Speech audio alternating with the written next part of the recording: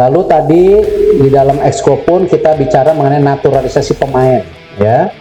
Dimana kan suratnya ini kita sudah kirim dan Bapak Presiden sudah membuat surat tembusan ke DPR.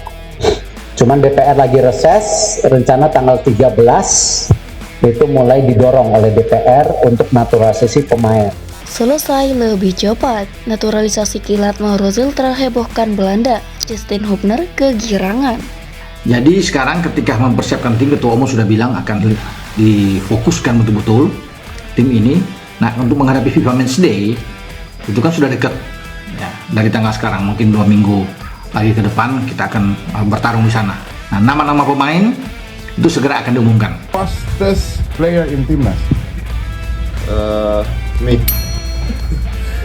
Who is the stronger player in Timnas? Wahyu or Asnawi?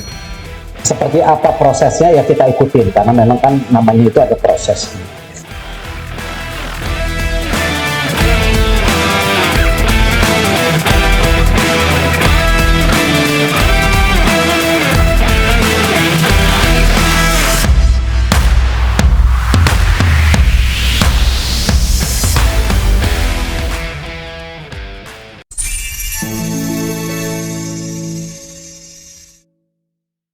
Tangan kanan Erick Thohir isyaratkan proses naturalisasi 3 pemain timnas Indonesia selesai.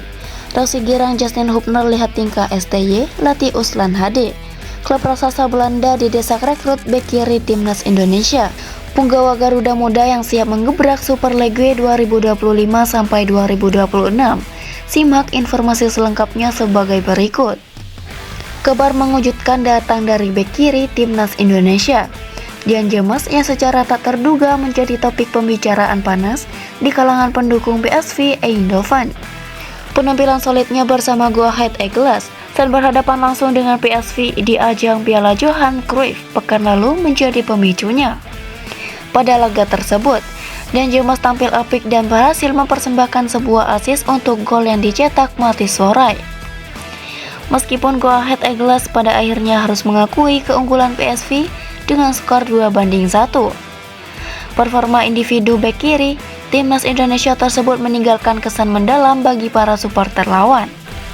Diskusi mengenai potensi perekrutan sang pemain berusia 25 tahun ini membuncah di sebuah forum supporter PSV di Belanda, yaitu PSV Supporter LN.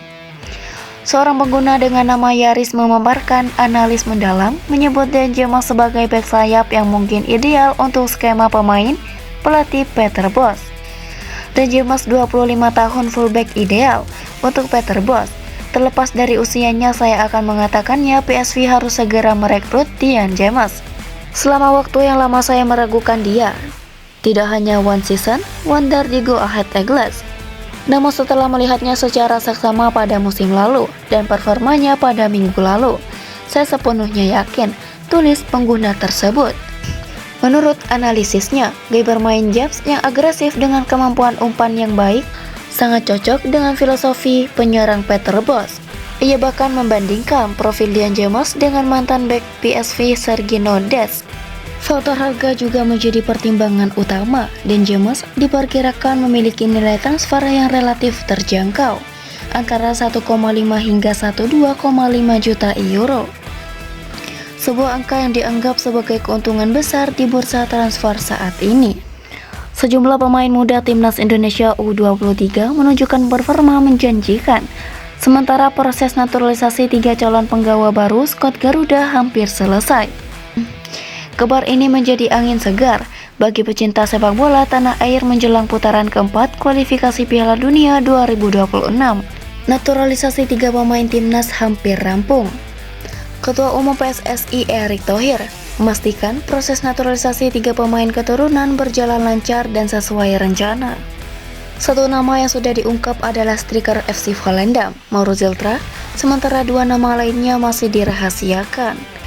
Media Belanda menduga salah satunya adalah pemain FC Utrecht, Miliano Jonathan.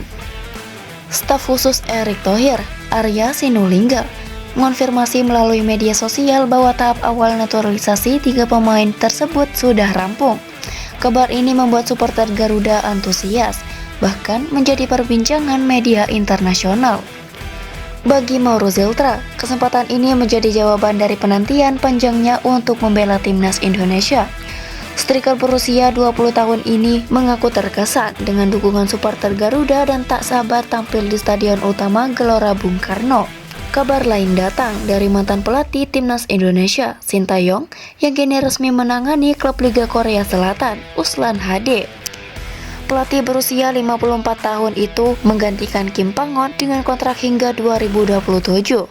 Usia Ulsan terpuruk di peringkat ke-7 klasemen. Unggahan perdananya bersama Ulsan HD di Instagram menuai reaksi dari para pemain timnas Indonesia. Beberapa di antaranya termasuk Justin Hubner, Rafael Struijk, Mark Klok, Jordi Amat, Tom Haye, Rizky Ridho, dan Ivar Jenner.